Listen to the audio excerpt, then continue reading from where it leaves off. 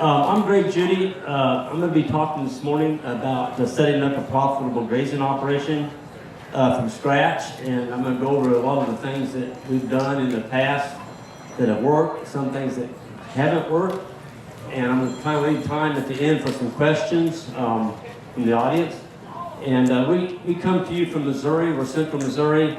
My wife Jan and I, we run a grazing operation there, and we started out quite a few years ago doing everything conventional and found out it didn't work real well. So we were listening to the professionals, and we bought all this stuff, and we're using all these different items that they said you needed if you're going to be a grazer and all this stuff. And at the end of the year, it didn't work out so good for us. It seemed like all the money went to town. We were left with nothing. We did all the work, we got nothing. And so we started doing things different, and we're going to talk a little bit about that this morning. I changed my mind. I found out that I am not a grass farmer. That was a big one for me, because I always considered myself a grass farmer. I'm not. I'm actually a micro farmer. So what that did is it took my train of thought from the grass down to what's growing the grass. The most important part, folks, is the soil. And if we'll take care of the soil, and focus on building soil and making sure we don't have any bare ground on our farms, you're going to start growing some grass and feeding the soil biology, and that's what we're all about. So we're in this business of growing, we're solar collectors, that's what we are. We grow grass, which is a solar collector. It's harvested by these wonderful ruminants, and they can put weight on and grow a baby inside them while they're nursing one on the ground. It's done every year. And it doesn't require any fossil fuel. For young people getting in today, it's tough. I mean, land prices are high, all input prices are high. To be a crop farmer today, you either got to marry it or inherit it or be born with it. It's expensive, but with grazing, it doesn't take a lot, and we're going to cover that this morning. I think it's one of the best things that we can get into. Keep it simple. So energy is money. Money is energy, time is money, and water is money. This all comes together.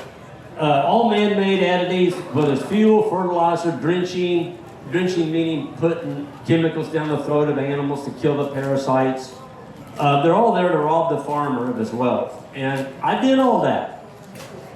And at the end of the year, the banker says, well, we had a pretty good year. I'm like, well, you did, but I didn't. It wasn't very fun at all. So diversity of plants, that's what we're trying to promote, is stability. It reduces risk. I don't think a pure stand of Kentucky 31 fescue is a good thing. Do I want some of it? Absolutely. It is the mainstay of our farm. But if you have a pure stand of fescue and you're trying to make a living doing grass-fed beef or lamb or running goats out there, it's a pretty tough deal. You got to get some diversity in there. We're going to talk about how we've done that in the past and how we're doing it today. The easiest increased profit comes from increased stocking rate. What I mean by that is when you start focusing on the land and the soils, pretty soon you start growing more grass from the same amount of land. You don't need to go buy anymore. You don't need to go lease anymore. Jan and I, over the last 15 years, have doubled our stocking rate. Doubled it. Yes, we've leased a few more farms in between then and now, but the farms that we got, folks, the reason we're getting these farms, we're primarily leased land. We've got quite a few farms, and we're starting to buy some of those now, or the cattle. We do cattle sales, we put some in a land account, and we let the cattle finance buying more land. So what we found out is the closer that we emulate nature, the more money's left in our pockets. Nature's got this thing figured out. She's been doing it for thousands of years. Then we come along and we want to do it this way. No, we don't need to be doing that. So she's already done an experiment for us. She knows what works and what does not work. To give you an idea, land is a solar panel. And you want to focus on every square inch of your farm growing a green blade of grass or a clover, or it could be a weed. Yeah, I said it, weed. Call it a forb, whatever you want. That's it. Oh, that one keeps tough. Okay. I couldn't even tell it was cutting out. I guess you all could. Okay. Is it still cutting out? All right. He said it's not the mic. The plants that grow on that panel will dictate the efficiency and diversity. We're all about diversity. We want to create stability on our farms. The seeds of the plants that are adapted to your environment, they're already there. There's never been a seeding done on your farm or any place that is good as what nature already has in the seed bank. Now, I know that's hard to believe. I'll give you an example. We cleared a civil pasture. So we got this farm. It's 120 acres. We leased it. It's pretty much all trees. And we went in there and cut out 90% of the trees. Just cut them. Made mushroom logs out of them, firewood, saw logs. Got them out of there. And then we brought the cattle in. And we started unrolling hay there in the wintertime. And it was just plain, pretty much fescue hay. That's what we had. Anyway, today, it's a civil pasture. There's all kinds of plants out there. They were in the seed bank, in that timber. They never were allowed to grow. And that's what we're seeing, even on our established pastures. We're now starting to see these warm season, perennial grasses come up. Each year, they're getting more and more of those, and I like that. Because your warm season grasses, folks, that's what carries you through the summer. When fescue goes into, they call the summer slump. So when fescue stops growing, it gets hot in July and August. If you could have some of this warm season grasses on your farm, you just glide right through the winter. You don't really have a slump. Okay. Old CRP fields, 3 years of grazing. So a CRP, what is that? Conservation Reserve Program. It was developed by the government back in, I think, the 50s on cropland that was highly erodible. They put it into the CRP. You can't do anything with it. They're paying farmers not to farm it. And I think there's around 7-8 million acres of that now in the United States. Missouri has, I think, 2 million. It's keeping young people off the land. That's what it's doing. And I wish we could do away with it. That's just my personal belief. I think there's a lot of opportunity for young folks if they didn't have to compete against this CRP. That's what that is. That's CRP land. And when we took it over, it was one single species of plant in there. Now there's like 22. And that's because we brought the livestock in. This is 50 years of row crop. So this is a farm we leased. The guy was soybean every year. Folks, I grew up in this area. I saw plowed and tilled and sprayed for 50 years. We got a chance. Jan and I got a chance to lease this farm. And the new owner said, "What are you going to do?" I said, "I'm going to grow grass." Well, there's my grass. Isn't that pretty? It's cockleburrs. That's what came up. And I was trying to make it, so the reason I put this slide up, this is what you don't want to do. I put the animals, they're tight enough, I made them eat them. They ate every single cocklebur out there. All the way down to the dirt. The next year they came back even worse. Folks, I was so focused on cockleburs, I was trying to make the animals eat them to get rid of them. All I was doing was weakening the good plants that were growing under the burrs. So there was a lot of good grass under the burrs. They ate that to the ground first. Then they went back and ate this. So, Ian, you'll hear me talk about Ian today. Ian Mitchell-Ennis from South Africa. He comes in and helps us with our grazing school every year. Ian runs 14,000 acre ranch in Africa.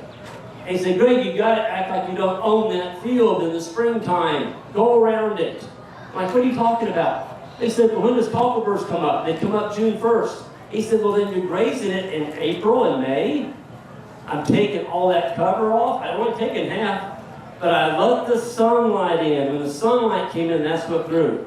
So the next year I went around it, and this is what happened.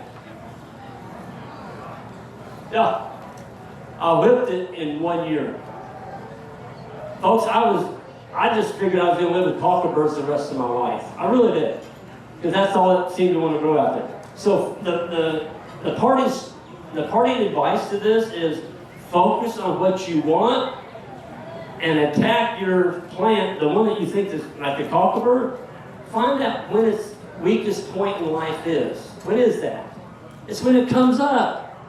He was a little bitty guy, so the next year I went around it, those plants grew up, the good ones, and in June I went after and pulled it open. It was about knee high, and I pulled it open down in there. There was thousands of little yellow cockleburs down there, thousands of them. They were all the color of a lemon.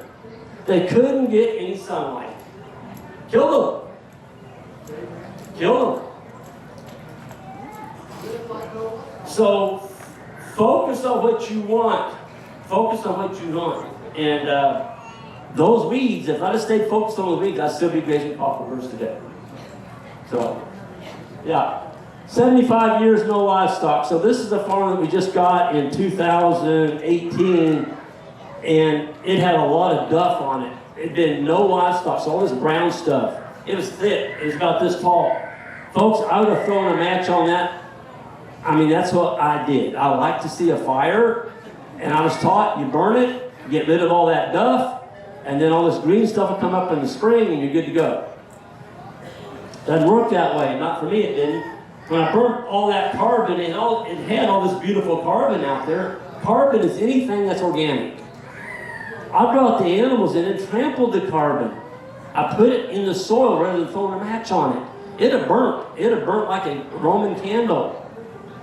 But I had all this beautiful building organic matter. I put it on the ground with those cows.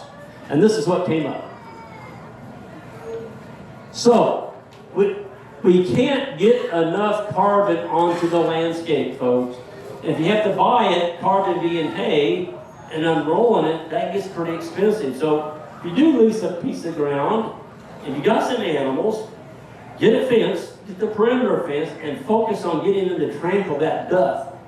Get them to trample that, and you're feeding your soil.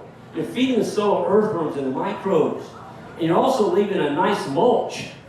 You're leaving a nice mulch out there so that when it rains, like 2 days ago, we got 2 3/4 inches in about 3 hours. I mean, it was so hard, you couldn't see to dry it.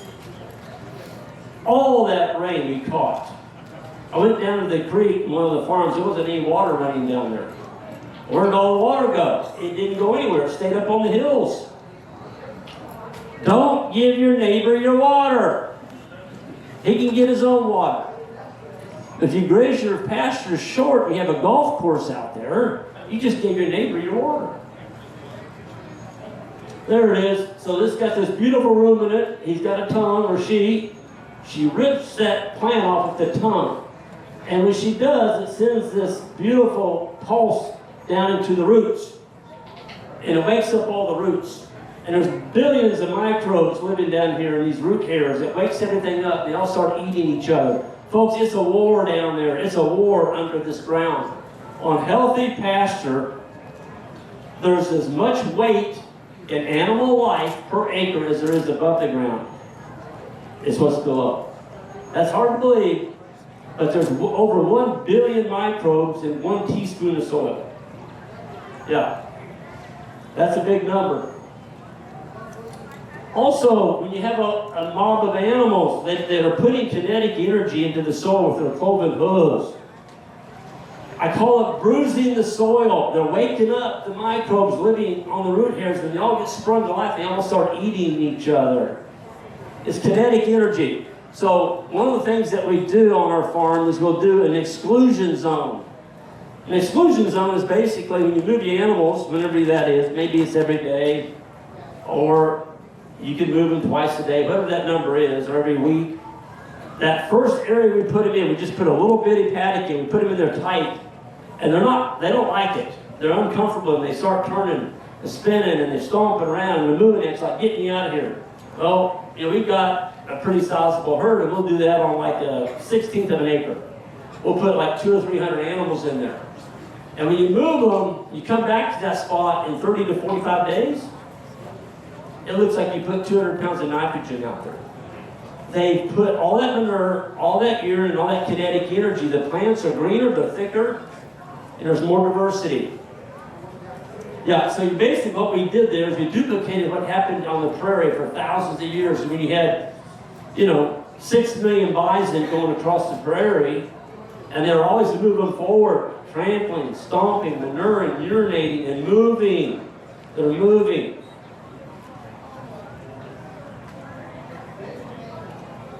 This is what happens in a herd. You have this ozone. I've looked over the top of my cows on a warm summer day, and you can see it. You can see the ozone over a mob of animals. It's energy. It's an energy field. It's the energy field to animals.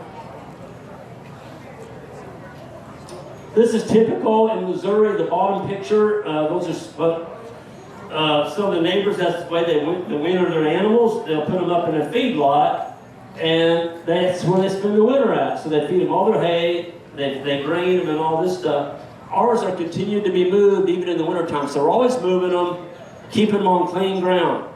Folks, if you want to get away from worming your animals, we haven't wormed an animal in 26 years. We don't worm the calves, we don't worm the sheep, we don't worm the cows. How do we get by with that? We're moving them. If you make animals stay in their own manure and their own urine and they're laying in it, you can expect to get parasites. And also, the lower you graze your plants down, if you're taking the plants down to where they're grazing off the ground, like 1 to 2 inches, they're going to ingest parasites. Why are those parasites down there? The parasites are trying to stay out of the sun. The sun cooks them. And so they're right down on the ground surface, and you're making your cows eat that. Or sheep. They're going to ingest parasites. Okay? So we don't do that. We keep the animals grazing on the top. This is mine. I did this. I want to show you all. Don't do this. This was a custom grazed herd of Charolais cows. These were cows that were early bred. They were probably 1 to 2 months bred. And I did that. I can't believe today that I did that.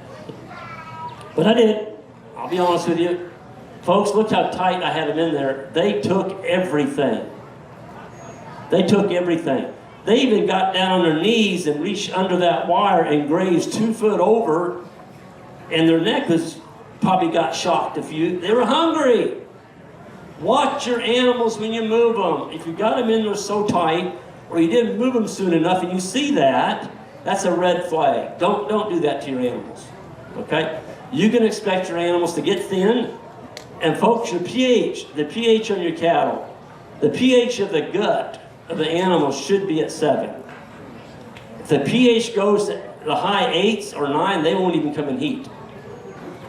And you wonder why you got 30 to 40% cows that didn't breed. That's your fault. You took the plants down too short. There's another classic farm. I'd have burned that. This is he's a judge, a circuit judge. He said, Greg, would you like to brush hog my farm? I'm like, well, I don't own a brush hog. At that time, I didn't. I said, I got some 4-legged brush hogs.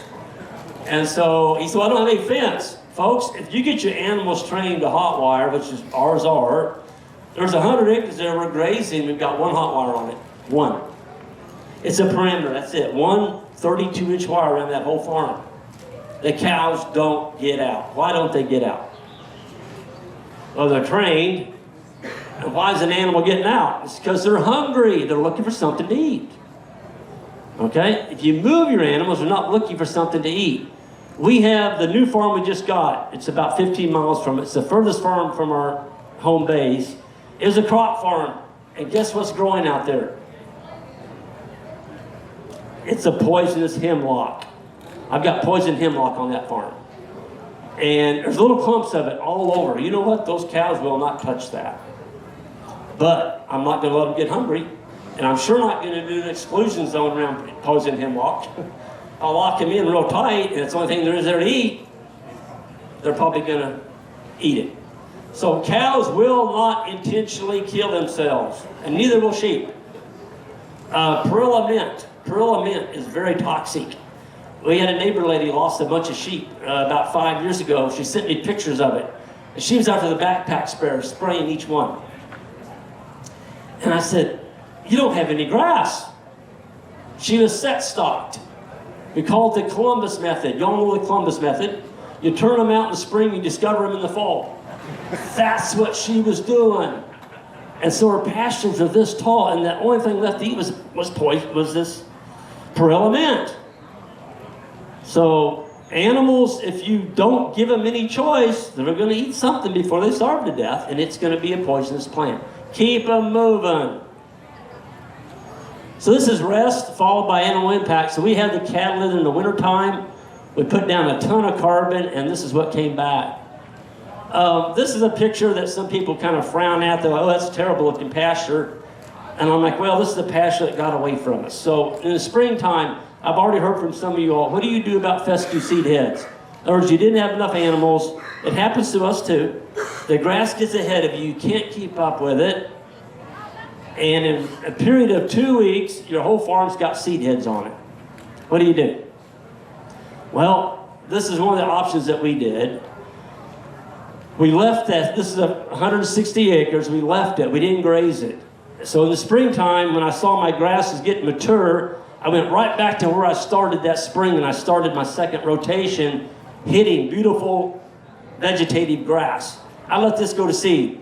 And so this would have been the end of July. We came back to this farm. Now it hasn't rained for 4 weeks. It's 95-degree temperatures. And I bring the cows in and I do this. So we put a poly wire up and we put them in strips, and we strip grazed it with 12-hour moves. That's what happened. So they trampled that on the ground, not all of it. They trampled some of it. That's the litter. So you're going to hear me talk about your litter bank. Folks, when I do consulting, the first thing I look for on your pastures, I'm going to go out there and look and see if you've got an established litter bank. If you've got an established litter bank on your pasture, you're going to be in pretty good shape. You're going to be able to make it through most droughts, assuming you destock a little bit. We'll talk about droughts a little bit later, but this is my litter. The animals did that for me. They trampled it. Now, if I'd have left them another 12 hours, they'd ate that. They would have. They'd ate that. But I didn't leave them there. I moved them. So all that stuff that young man's holding in his hands is now starting to decay on the ground. And this is what happened. It's almost gone, and then look at this. This is a close-up. The whole farm, when we did that, solid earthworm castings. Solid earthworm castings. Folks, earthworms, the casting pH is 7. One worm can produce 1.2 million kids in his lifetime. That's a lot of kids. Okay? People say, oh, it's a little lowly earthworm. No, it's not. When you get 25 worms per square foot, they go through 20 tons per acre per day of soil. They're churning that much through their body, breaking this litter down. If you'll feed them, but you got to feed them. Go price a ton of earthworm castings today on the internet. What's a ton of earthworm castings today? $800. I just told you they put down 20 ton. Now, it takes some management to get to 25 worms per square foot. We're at 17. This is our winter stockpile, so this is the biggest money saver there is on the farm. When you can let animals feed themselves through the winter by just moving a wire, we call this our stockpiled hay. We didn't mow it, we didn't rake it, we didn't bale it, we didn't have to haul it in, we didn't have to haul it back out. We just let the animals harvest it. It's growing right there. Animals love grazing fescue in the wintertime. You'll have fescue here, so you've got a huge advantage. It stays green all winter long. Folks, you go down to Texas. I've done some ranch with those poor fellas. They got solid standard Bermuda and Bahia. Those cattle get thin on that. It's terrible winter feed. They would die to be able to grow fescue. But we just got to learn to manage it better.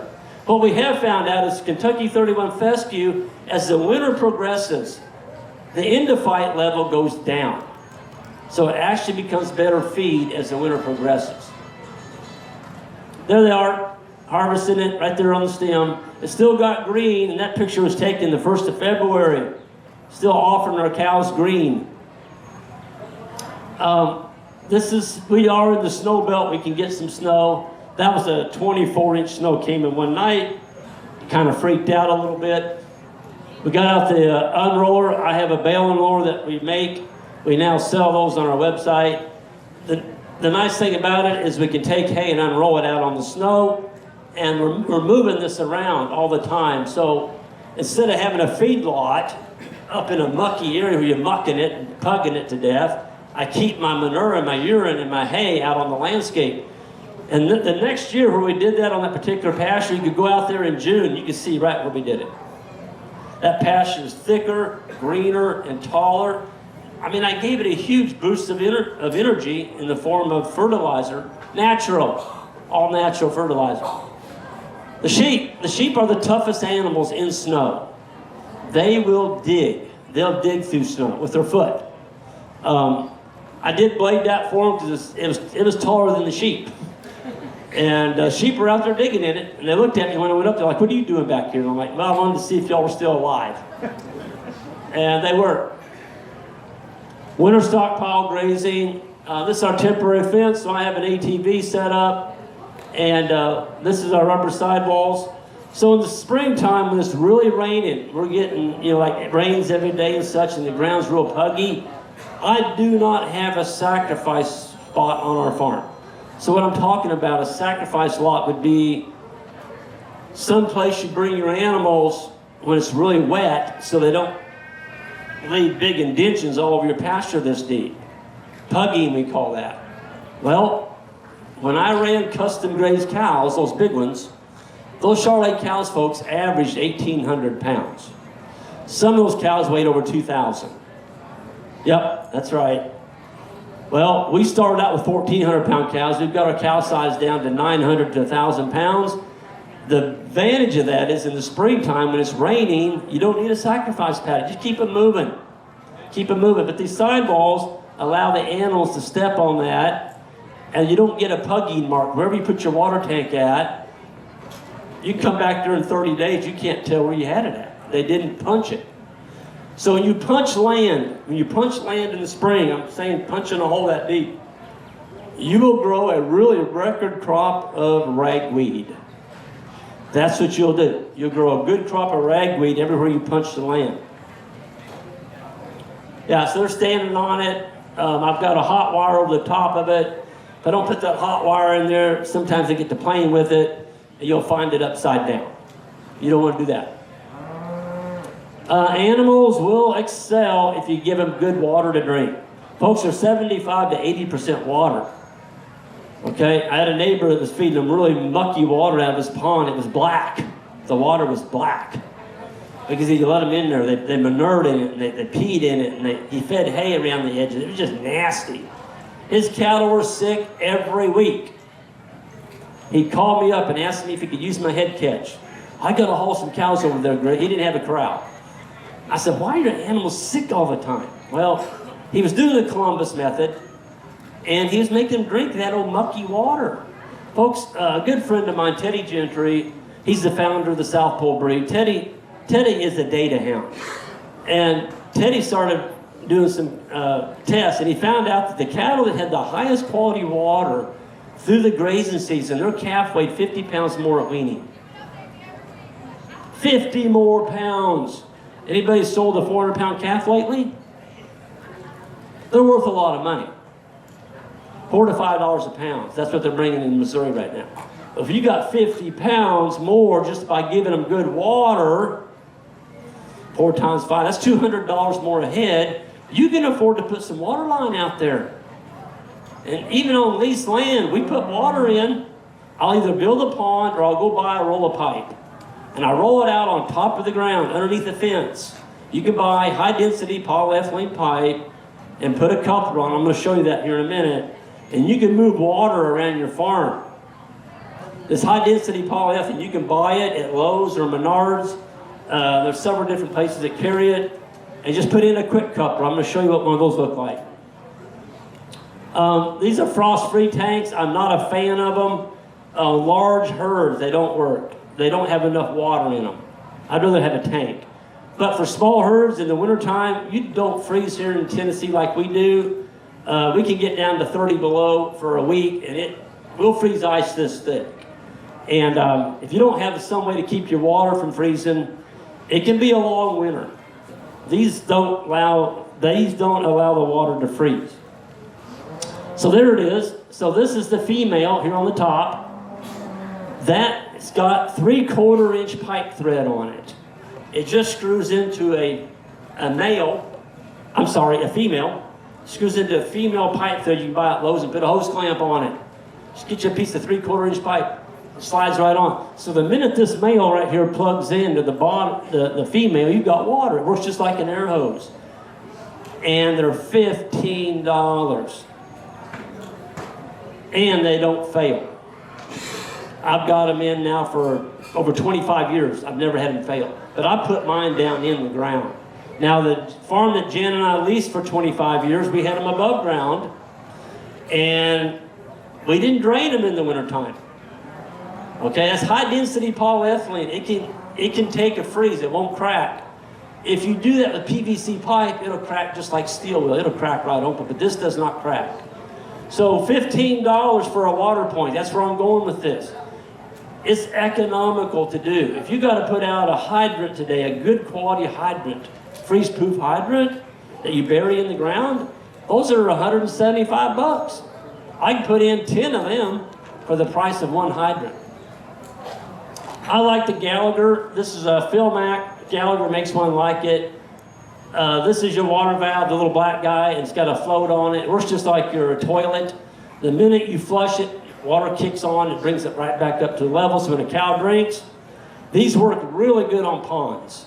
They don't work on pressure, okay? That one does. So this is a Job Megaflow. I think it's the best one made. We've got several of these. They work on pressure. Don't put this on a pond. It won't shut off. It needs pressure to make it shut off. And it's got a little screen in it, that little white piece in the end of that black. That'll catch a cricket or a cobweb or spider web. It'll keep it out of your valve. You can just take it off and blow on it and get it out of there. This is some civil pasture work we did. We took the trees out, and that's what came up. Just a little bit of clover. Approaching winter, you see the leaves are still on. The cattle, folks, we stockpile our entire farm. So in the wintertime, we're going around our farm twice. The first rotation around in the spring, we just take the top, in the fall, we just take the top third off. We come back around again midwinter, we'll take another third off. And then if we need it, we can go around a third time. But while we're doing that, we buy our hay. We don't put up hay on our farm. There's a lot of people around me who love to bale hay, and I love to buy their hay. If you put the cost of keeping a baler and a rake and a tractor and the mower and all that stuff, and we all know machinery doesn't break down when you use it, right? Yeah, it does. I used to work for a hay contractor in high school, and that's all I did all summer. I baled hay every single day. So I got burned out on it. And so we buy our hay, we bring it into the farm, and we have it hauled. They haul it to our farm, and that's what we do. I'll say this, if you buy your hay, you'll become a better grazer. You know why? Because every time you feed a bale, you got to open up your pocketbook. If you bale it on your farm, you don't put a value on that bale. Well, I just had that grass. It was extra, and it was going to go to seed, and I just baled it up. Folks, the lost gain that you got on your cow herd because you're baling the best part of your farm, I go on farms all the time, and anywhere from 30 to 60% of the farm will be excluded from the animals. They can't graze it. I'm like, what are you doing? Well, that's my hay field. I'm like, what? It's 60% of your grass. I don't care. My cows don't belong out there. I'm like, yeah, they do. Well, I don't have any fence. I don't have any water. I'm like, well, we can fix that. Let's put a hot wire out there. And folks, when you get in a drought and you've got 60% of your farm excluded from grazing, you're done. You're done. You need that extra ground to make it through a drought. Droughts are as long as you make them. That's right. You've got to plan for droughts. And one of the first things you do is you combine your cow herds. Put them together. You got 2 or 3 herds. I was on a Texas farm. The guy had 7 herds, and it was just a wreck. And I said, put them together. It was 8,000 acres, all in one farm. He was all fastened together, but he had 7 herds. I'm like, what are you doing? I said, put them together. And so time went by. 3 months later, he called me and said, Greg, I don't know what we're going to do. He said, it hasn't rained since you left. I was, how many herds you got? And he goes, 8. He made another herd. Yeah, he had 8. Luckily, the guy had a ton of money. Otherwise, he'd have been out of business. Riparian zones. We kind of like grazing those for short periods. Does that look like that's abused or destroyed? Absolutely not. That's got fish in it. It's got frogs living in there. The cattle did that. How'd they do that? We trampled all the carbon on the landscape up above, and now it's catching the water. It's slowly releasing it in underwater aquifers back to the creek. And there's 300 head on that creek only for half a day. They're only there for half a day and then they're gone. There's the warm season grass. That's the eastern gammon grass. That's a really good one. We like that one. That's a big blue stem. That was in the seed bank. It just started showing up. Folks, you won't see these warm seasons come up unless you're doing some type of rotational grazing. And you need to have 50 to 65 days rest in July and August for this stuff to express itself. Because what happens on a 30-day rotation is you'll see this come up and it'll be about this tall. The cows love it. It's like giving them candy. They'll graze it right off to the root because it's a lot more palatable than fescue is. They'll graze it right off.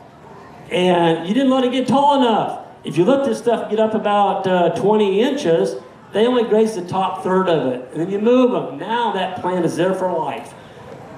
Big blue stem, the one you're looking at here, that has a taproot of 8 feet. 8 foot deep. Fescue goes down 12, maybe 14 inches, depending how deep your soil is. This one goes down 18 feet. Eastern gammon grass has a taproot in bottomland 18 feet deep. Do you think you're going to sweat when you get in a drought with this one? It doesn't even know there's a drought. It just keeps right on growing. The dung beetles, we're starting to see those appear in our manure pat. We love the dung beetles because they're doing this. They're rolling the dung into balls, little round balls, and the female lays an egg in there. And it goes in the bottom of that hole, right there, that hole. And when the little baby dung beetle hatches out, he eats that manure. That's his bottle. In other words, that's his nutrition. And the whole cycle starts over again in 16 to 20 days. Dung beetles are eating the manure Slurpee. So in this manure pat, see how they're digesting that thing? They're scattering it out. They're getting the juice out of it. Why do you want to desiccate your manure pats quickly? It's because of the fly larvae. The flies lay eggs in there, and then the flies hatch and they attack your cattle. Folks, when you get up to 500 flies on a cow, that's 2 gallons of blood a day. They're sucking out of your livestock. Yeah. As long as you're ivermectin, Dectomax, any of that stuff, you're putting that stuff down the back of your cows, you're killing your dung beetles. Because it ends up in the manure, the dung beetles come along and eat it, and you nuke them. We used to have thousands of these in the United States. We pretty much eliminated a lot of them. They're still here. We got them. I've seen a lot of them down in Texas. You probably got them here in Tennessee. I'm sure you do. That's a perfect manure pat. Learn to read your manure. When you got manure, this is cow, of course. When you got manure that stacks up about 1.5 inches, you've got that nice little pond in the middle. You've got the ridges around the edge. That's telling you you're grazing perfectly. Your cows are getting just the right amount of energy, just the right amount of protein, and she's going to breed back. Okay? She's going to breed back. That's what I can tell by looking at that manure pat. She's getting fat. The calf is not going to get pink eye. It can't. It can't not get pink eye because it's getting all the proper nutrients through the milk from the cow. 90% of the newborn calf is formed in the last 60 days of pregnancy. 90%. So in that last 60 days before you calve, what do you want to be watching for? Good performance on your cows. If those cows are thin and you're limiting them a little bit, and then they calve and you wonder why you got some weak calves, maybe some stillborn, or you have calves that all of a sudden just come down with pink eye, their eyes are watering, you get pneumonia. It was all something you did 60 days ago. You limited your cows, and now it's showing up in the calves. That's a hard one. That's a hard one. So we put our post on the back of the four-wheeler. I have a reel holder. I've moved that reel holder down to the front rack. That's Anna, one of our interns.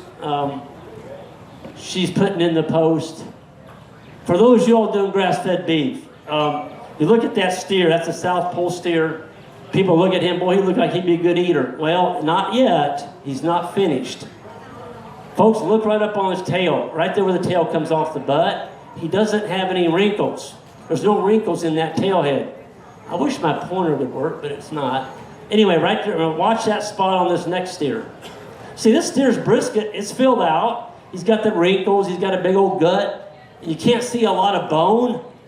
You don't see a lot of bone. He's got pretty good flesh covering his bones. Look at this next one. There you go. The steer closest to us, he's got 1, 2, 3, 4. He's got 4 wrinkles of fat on his tail, where it's coming off the butt. That's the last place that the fat is laid down on an animal, is the tail head. If you don't have fat on the tail head, I know people that are butchering them and they're getting by with it, but folks, where is the flavor in grass-fed beef? It's in the fat. It's not in the lean meat, it's in the fat. And if you read some of these, a lot of these health books, they're finding out that's where the really good health is in the grass fat. It's got the most beta-carotene, the highest vitamins, the CLAs, it's all in the animal fat. Learn to use unfair advantages. People, I didn't have a clue what a sheep, I just wasn't around sheep that much. My dad had a few growing up. They were wool sheep, and he just did the Columbus method, and I thought they were nasty. They tasted terrible when we ate them. He didn't do a good job of butchering them. The wool would touch the meat, and it tasted kind of nasty. And it smelled bad when you cooked it. Hair sheep's a different animal. You don't have to shear them. They don't have the lanolin in the hair that the wool sheep do. They're extremely efficient animals.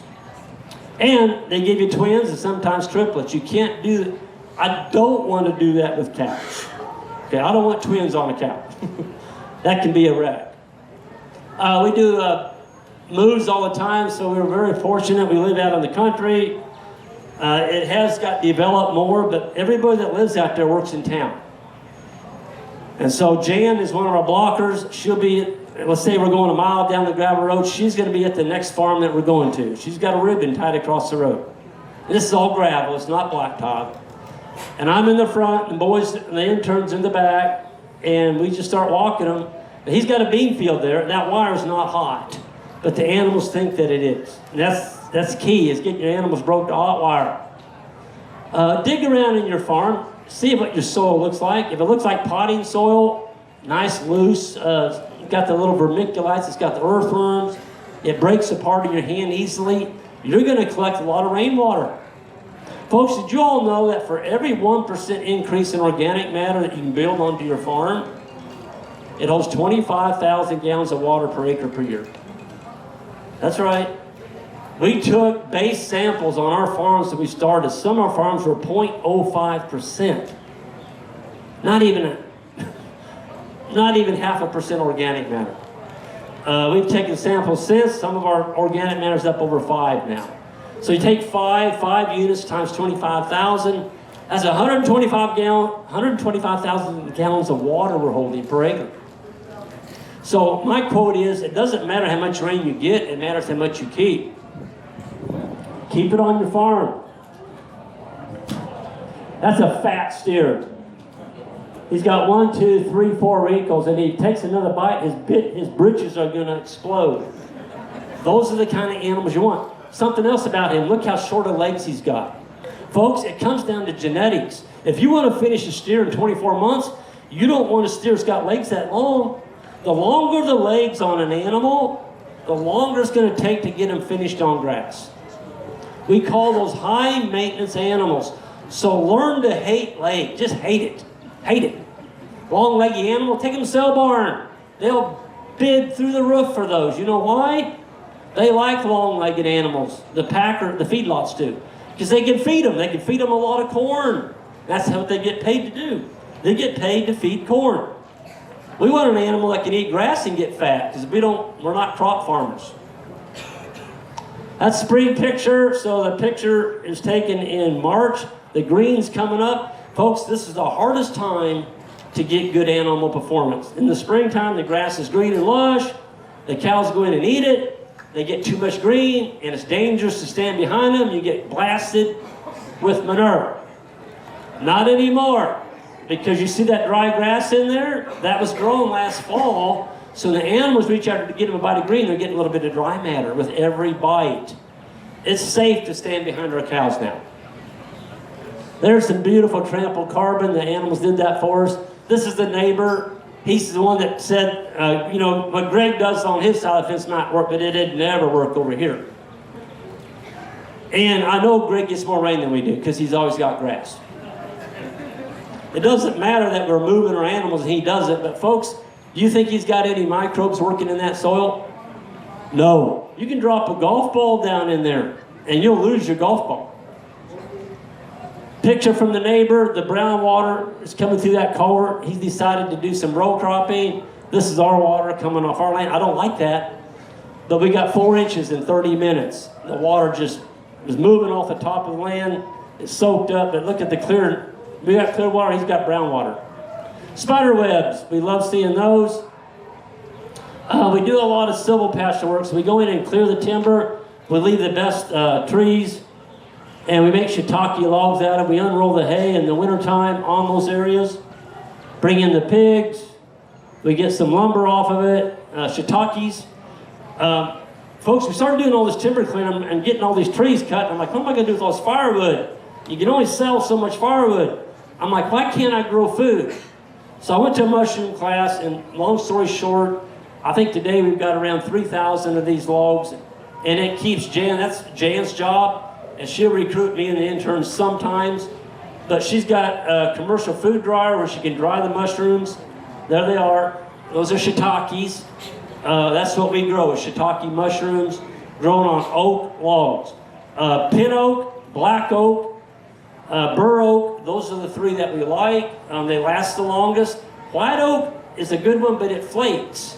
The bark will flake off the white oak. And when you lose your bark on a shiitake log, it loses all of its moisture. So, yeah. Quote, nothing in nature is given. It is won. I hate that saying. Because that was me. Folks, I used to wake up every morning and try and figure out what I could kill that day. Because I knew something in nature was trying to put me out of business, and I was going to kill it. Whether it was a spray or chop or whatever, there was something out there I needed to attack. And I used to shoot predators. We don't shoot predators anymore. I don't shoot coyotes, I don't shoot bobcats, I don't shoot foxes. I got that from Ian. In Africa, Ian has the lion, he has the leopard. And he would shoot those when he saw them on his farm. And the minute he shot a leopard, he would start losing baby calves. He's like, I just shot the devil that was killing him. He thought, no. What he did is he shot the animal that was adapted to his farm. And then 8 more leopards came in to take his place. And they didn't know the rules. They just started killing. They weren't killing wildebeest and zimbuck and antelope. They were killing baby calves. And so we have we have a sheep flock. I see coyotes out there. We calve. I see coyotes out there. I've called in bobcats and turkeys. I don't shoot them. Because the coyote mates for life. And if you shoot that critter, you're gonna have issues. You're gonna start losing baby land, and that's tough. Because I grew up as a coyote hunter. That's how we made our living in the wintertime. They used to be worth a lot of money back in the 70s. So that saying right there, nothing in nature's given, it is won. That's engraved on an agricultural building at a university. I'm not going to tell you which university it is. That's engraved in marble. The students we're teaching our kids today that you got to have a bigger piece of equipment, a meaner chemical, or nature's going to whip you. No, it's just the opposite. If we learn to work with nature, it's a win-win. The land wins, the soil wins, the water, the health of your water cycle, local communities, your animals, it's all tied together, folks. I had a guy tell me the other day, he was a crop farmer. He said, Greg, I don't need good soil. I'm like, what do you mean you don't need good soil? He said, all I need is a medium to put the seed in, and I'll give it all the fertilizer and hydrous ammonia, all the chemicals it needs to grow a crop. I'm like, yeah, okay. That's what we're feeding. That's what we're feeding people today. We need nutrient-dense food. Nutrient-dense food. And if we'll learn that and grow our farms that way, I think we'd all be better off. That's my YouTube channel. It's called Greg Judy Regenerative Rancher. Put up 5 videos a week. It's free. We're just showing people what we're doing. We're just showing people what we're doing on the land. And yeah, it's been good. It's a good way to teach. There's been a lot of people that have come up to me, even at this conference, and because we share what we're doing, it's give them the courage to strike out on their own.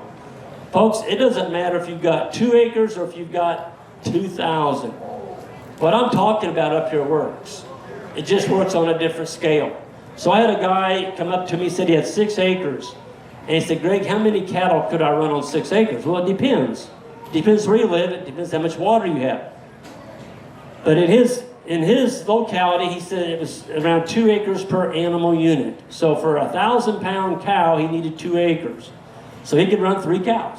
Or for every cow you run, you could run 5 to 6 sheep. So if you be conservative, say 5 sheep, he could be running 15 ewes on that same 6 acres. So the beauty about small acreage with sheep is they're a smaller animal. They don't eat as much. If you get in a drought, you can probably go through a drought a lot easier. The sheep are just very hardy animals if you get the right time. But you got to rotate them. You got to rotate your sheep. If you just give sheep the whole farm, they set up campsites. They'll actually camp out on a certain part of your farm. That's where they manure at every night. And they go back to that same spot every night. They're pooping there. Well, what do you think they're doing? They're picking up parasites. So by moving your sheep, you're not allowing them to set up these campsites. If you got a small farm and you want a steer for the freezer, you can put a steer in there with the sheep. But it takes, folks, people don't realize, cattle, it takes quite a bit of grass. I mean, you can look at it. You breed the cow, it takes 9 months for that cow to have a calf. Well, then it takes another 7 months to wean the calf if you do that. And then, so that calf is 7 months old. To get it to a grass-finished beef, it's got to be 24 months if you got the right genetics. So there's another 17 months. With sheep, you have something to sell that year. So they lamb in May on pasture. Now in Tennessee, it would be different. You're at least a month ahead of us. You'd probably want to lamb the 1st of April, maybe earlier, I don't know. We lamb when our grass is about 6 inches tall, 6 to 8 inches tall. It's warm. Baby lambs should not be born in the wintertime. I don't believe in that. It's hard on them. Now in Tennessee, you might get by with a January lamb, but in Missouri, they'll freeze to death. They're just small little critters. But with the sheep, you've got something to sell that first year. So you put the ram in December in Missouri, they lamb in May. We're selling them in August, September.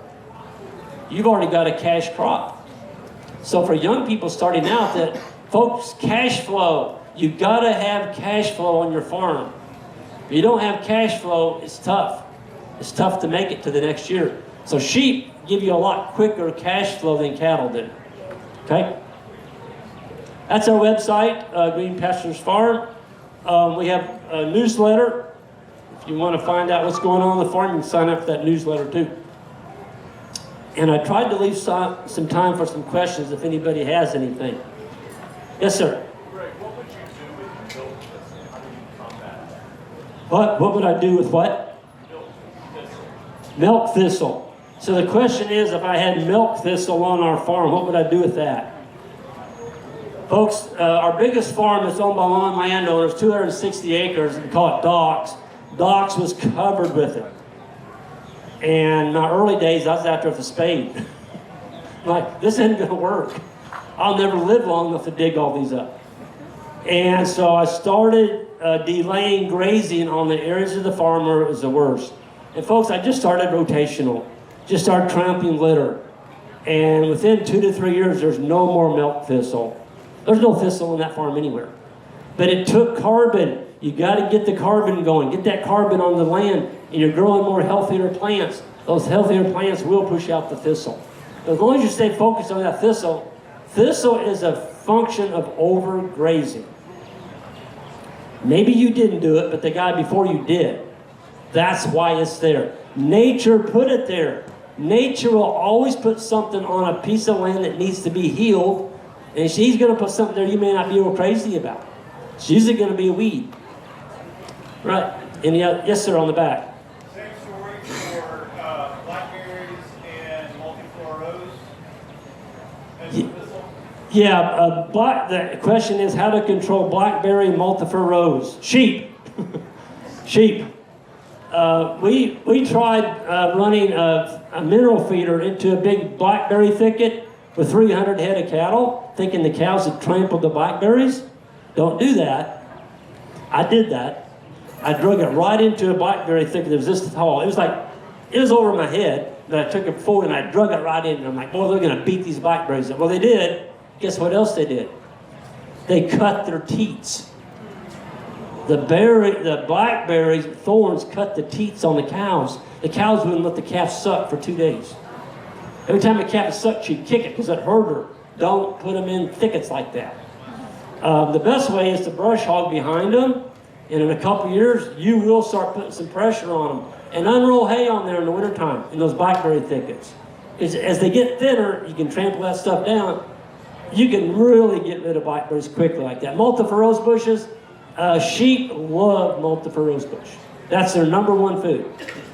Goats will eat them if you can keep the goats home. Yes, sir. You worry about bringing in hay that's been herbicided or fertilized? The question is, do I worry about bringing in hay that's had herbicide put on it? You do have to watch that. There's one out there now I think it's called Pasture Guard. I've heard people, organic gardeners, saying if they use that as mulch in their garden, it actually killed their tomato plants. Watch your hay contractor. Get to know that fellow. Ours, they don't use any herbicides. They do use chemical fertilizer. I mean, you got to put fertilizer down. If you're in the haying business and you don't fertilize, over time, you will be growing 100% broom sedge. That's what comes on. You all grow a good crop of broom sedge in Tennessee. I've seen it. We grow it in Missouri. Broom sedge comes in on land that has been bankrupt. You keep taking hay off without putting fertilizer down, you'll get it. Any other questions? Yes, sir. When you clear a piece of ground, do you de-stump the whole thing? The question is, when I clear a piece of ground that has trees on it, do I de-stump it? Absolutely not. I'm not worried about it because the cows don't care if there's a stump down there or not. Folks, it costs a lot of money to get them stumps out. Especially oak. I mean, they've got roots that go to China, okay? Out in pastures where we cleared, they had a lot of cedars. We'll cut them. I'm talking big cedars. Like that. And we saw those up. We mill them. We've got a Woodmiser mill. We'll mill that cedar. But in about 7 years, I'll have Johnny, my skid steer guy, come in there. He'll pop them out. But let that stump, and I'm talking about cedar, I'm not talking about oak. Cedar stumps will pop out in about 7 to 10 years. Oak, they're there. They're going to be there for 25 years. So don't worry about it. Just let the fungi rot them out. You're not after trying to bale hay on that pasture. You're just grazing it. And you can unroll hay over those stumps if you have you need to get my unroller. Just gave us a shameless plug there. Yes, sir. We have some wooded acreage next to us. Any tips on how to ask or have the leasing conversation? Yeah, the question is, he has some wooded acreage next to his farm. How would I start that conversation about leasing it? Well, the first thing I would do is, if you don't have a piece of land that you've turned into silvopasture, turn him on to one of my videos where I've got the sheep in the silvopasture, I've got the cattle in there, the lush forage. Folks, it looks like a darn park. It does. It looks like a park. You need to cut enough trees out of there that sunlight can get down to the forest floor, 365 degrees around that tree, down to the ground. Now you're going to start growing forage. But you've got to build a vision in his mind. Otherwise, he's going to go, you're not bringing cows into my woods. But if you could take a an unmanaged piece of timber and turn it into this beautiful park. Now you've got something to show the next person, okay? But you got to show them. You got to have something to show them. That's the most powerful tool you can have. Yeah, good question. Yes, sir. Do anything to like naturally prevent flies and stuff like that? Okay, so the question is there anything natural that we can use to prevent flies on our livestock? Is that the question? Yeah, so what we do is we use South Pole cattle. South Pole is a very slick-hided animal. They're oily. They have a real oily surface, especially here in Tennessee. Alabama, well, Teddy Gentry's from Alabama, Fort Payne. He developed the South Pole for you all. It's called the Southern Mama breed. That's what he calls them. The darn things are slick. When a fly lands on them in the summertime, that fly's feet get stuck.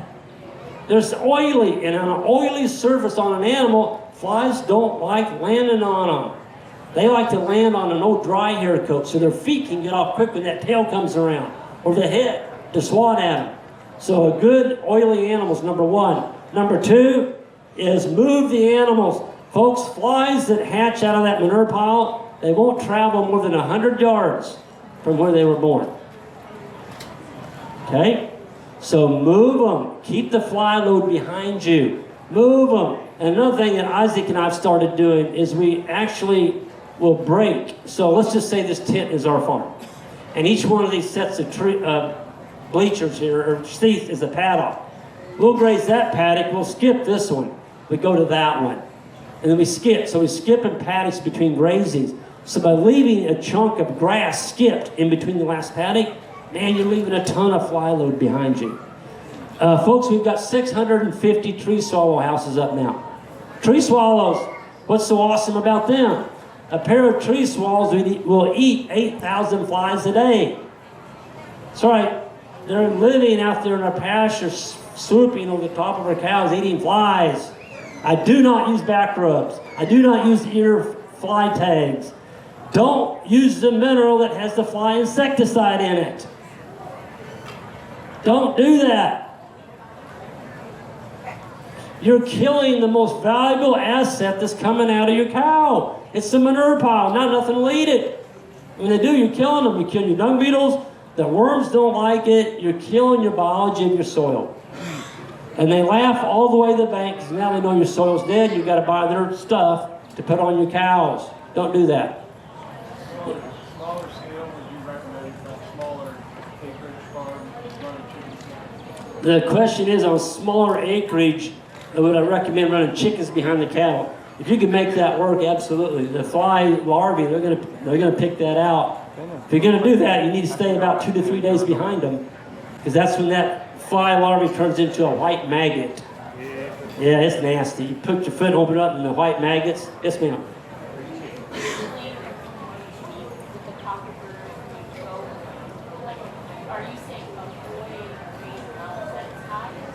Yeah, so the question was, she wanted me to explain a little bit more about that cocklebur picture. So what Ian was telling me is in the springtime, when that baby cocklebur plant comes out of the ground, which in Missouri is June 1st, he said, make sure you didn't graze that area in the spring green-up. So the spring green-up, normally I'd have been through that bottom at least twice, once in April, once in May, and then the little baby cocklebur, yeah, I can see sunlight, here I come. And that booger just outperformed my grasses. And then I end up with a solid stand of cockleburs. So find out when that weed on your farm, it may be milk thistle, it may be cocklebur, whatever that plant is, find out when it comes up.